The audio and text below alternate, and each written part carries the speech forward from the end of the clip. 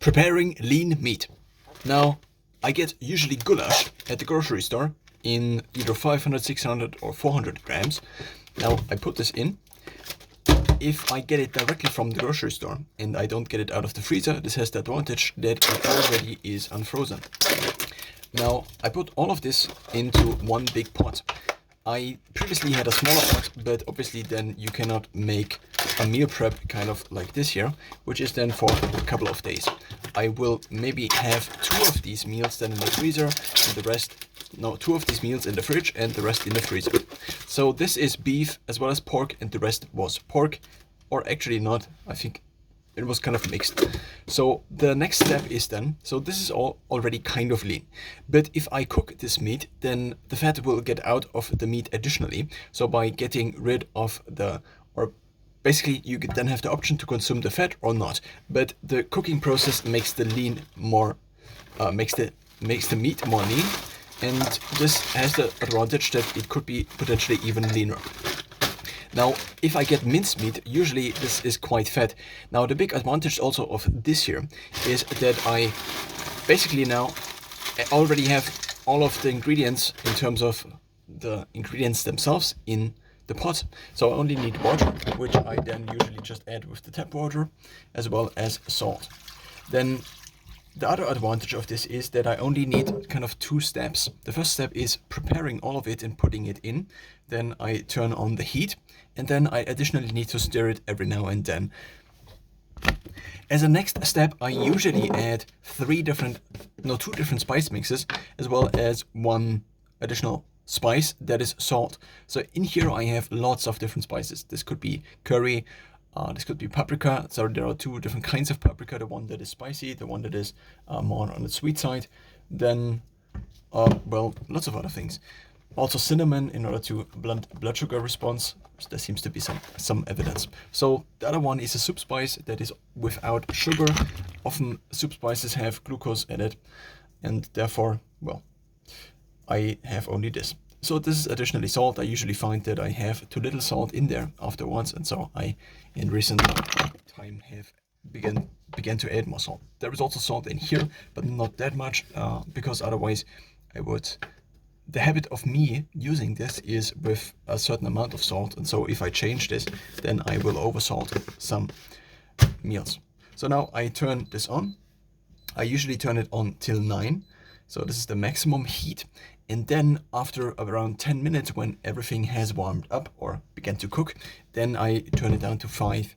So the first step is preparing all of it, and the second step is then turning it down. And the next step is then already to get with a, I don't know what it is called, but this gets basically the things out without the soup. I then store the soup in glasses. Of course, I need to add more water. This should maybe be enough. Let's see. And the 2 finished products then look like this. So this would be the soup. I often now use this rest of the soup for making meal shakes. So I usually have just protein powder plus this. This has already spices in it, also a little bit of fat.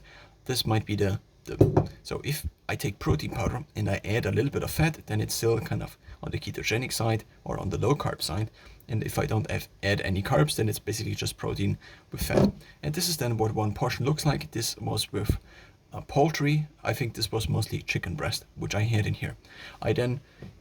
So I have different kinds of meats, which I have in this, which I prepare like this. And the one would be turkey, the other one would be chicken, the other one would be beef, and the other one would be pork. So 4 different kinds of meat.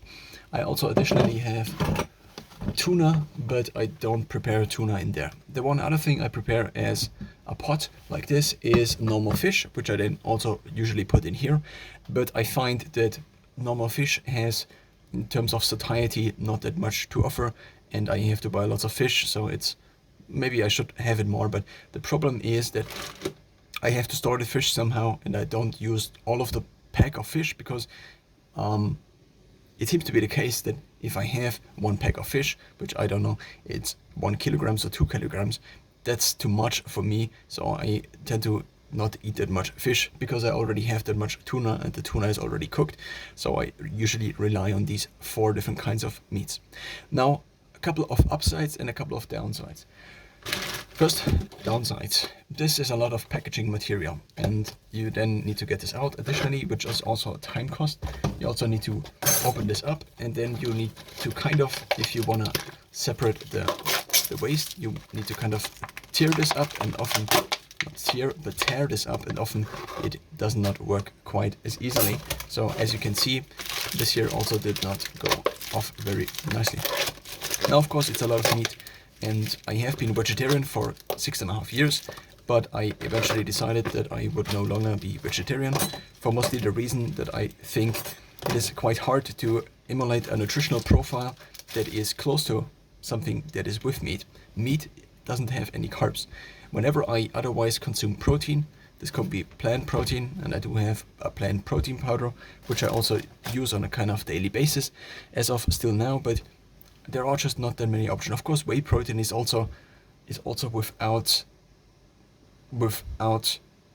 it's also not meat, it's also vegetarian, but I find that I need to have meat in my diet, otherwise I don't know exactly what it is. There are multiple variables connected to this, I think, and it also would be a little bit too long to explain in here. So compared to making mincemeat, for example, in a pan, this has the big advantage now that it is leaner. I don't need additional fat to cook, and that's kind of one of the biggest advantages, I think. In addition, if I cook meat in a pan, then there is always the heating from the bottom only. If the heating is only from the bottom, then there is always the risk that it burns.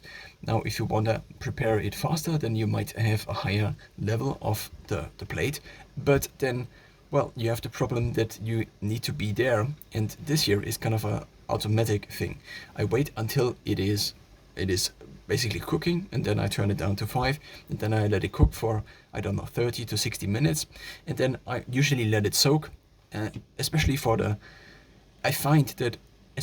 meat, but also for the vegetables. It's quite useful to have it soak or let it soak for maybe even hours, because then the taste only increases as the salt goes, and also maybe the spices go into the meat as well as the vegetables.